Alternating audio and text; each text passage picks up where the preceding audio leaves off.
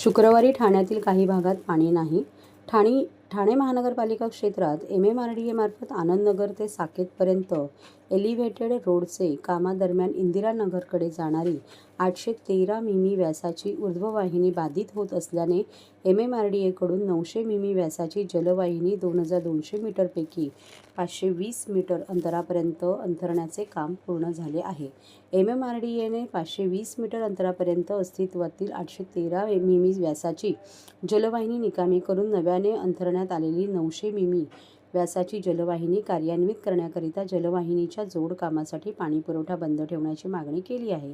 त्यानुसार या कामाकरिता शुक्रवार दिनांक 27 मार्च 2026 रोजी सकाळी 9 ते रविवार दिनांक 28 मार्च 2026 रोजी सकाळी 9 वाजेपर्यंत 24 तास पाणीपुरवठा बंद राहील.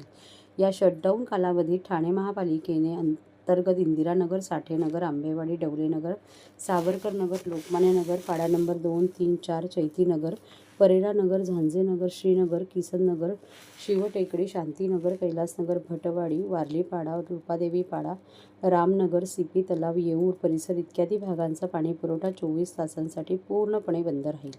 पाणीपुरवठा सुरू झाल्यानंतर 1 ते 2 दिवस कमी दाबाने पाणीपुरवठा होईल, याबाबत नागरिकांना अवगत करण्यात येईल. ठाणे महानगरपालिकेमार्फत सदर पाणी कपातीच्या कालावधीचा पाणी काटकसरीने वापरून ठाणे महापालिकेत सहकार्य करावे, असे नागरिकांना आवाहन करण्यात येत आहे.